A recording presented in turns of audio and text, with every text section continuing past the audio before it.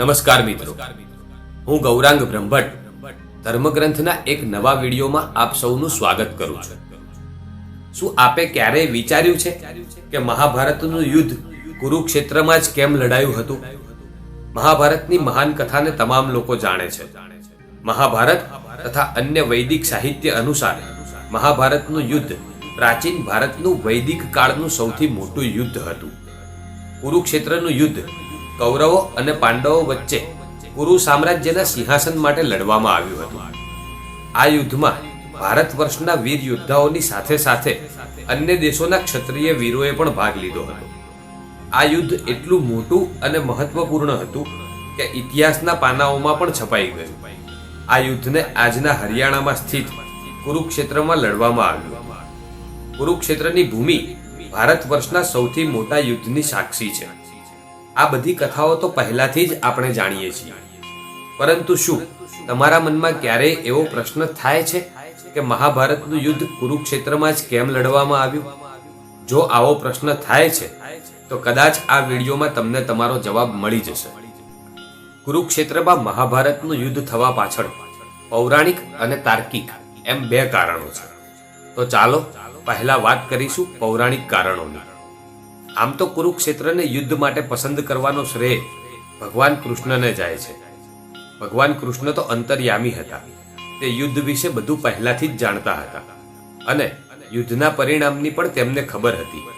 એટલા માટે એ ઈચ્છતા હતા કે યુદ્ધ એવી જગ્યાએ થાય કે જ્યાં લોકો પોતાના ધર્મને ધ્યાનમાં રાખી ધર્મ કર્મનું પાલન કરે અને ભાઈઓના બે પક્ષો વચ્ચે પ્રેમ ભાવના ઉત્પન્ન ન થાય.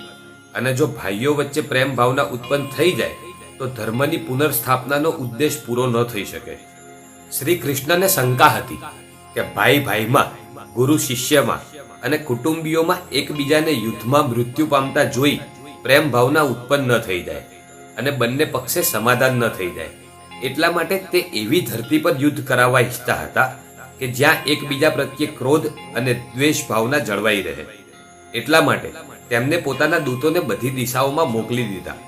થોડા સમય બાદ દૂત પાછા આવ્યા ત્યારે તેમાંથી એક દૂત યુદ્ધ માટે ઉચિત જગ્યાની માહિતી લઈને આવ્યો અને એ સ્થાન હતું કુરુક્ષેત્ર.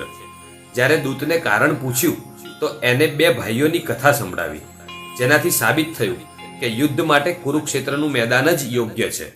કથા કંઈક આ પ્રમાણે છે. એક સ્થાન પર ખેતરમાં બે ભાઈઓ પોતાનું કામ કરી રહ્યા હતા, પરંતુ વરસાદ થવાના કારણે ખેતરની પાળ તૂટી જાય છે અને પાણી ખેતરમાં ભરાઈ જાય છે.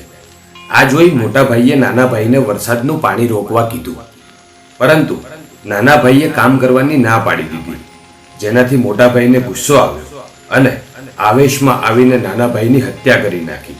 એટલું જ નહીં, તેનું શરીર ઘસેડીને જ્યાં પાળ તૂટેલી હતી ત્યાં જઈને નાખી દીધું. આવું કરવાથી ખેતરમાં પાણી આવવાનું બંધ થઈ ગયું. આ બધું જોઈ દૂતને આશ્ચર્ય થયું અને એટલા માટે જ તેને આ વાત ભગવાન શ્રી કૃષ્ણને કરી. આ વાત સાંભળી ભગવાનને પણ ખાતરી થઈ ગઈ કે આ ભૂમિની શક્તિ અહીંયા ભાઈઓને યુદ્ધમાં એકબીજા પ્રત્યે પ્રેમ ઉત્પન્ન નહીં થવા દે. અને એટલા જ માટે શ્રી કૃષ્ણએ મહાભારતનું યુદ્ધ કુરુક્ષેત્રમાં જ કરવાની ઘોષણા કરી.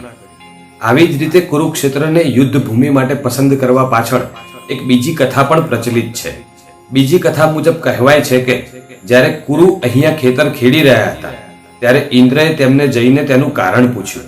કુરુએ કહ્યું કે જે વ્યક્તિ આ સ્થાન પર મૃત્યુ પામશે તે પુણ્યલોકમાં જશે, એવી મારી ઈચ્છા છે. ઇન્દ્ર તેમની વાતને મજાક ગણીને સ્વર્ગમાં જતા રહ્યા. ઇન્દ્રએ અન્ય દેવોને પણ આ વાત કરી.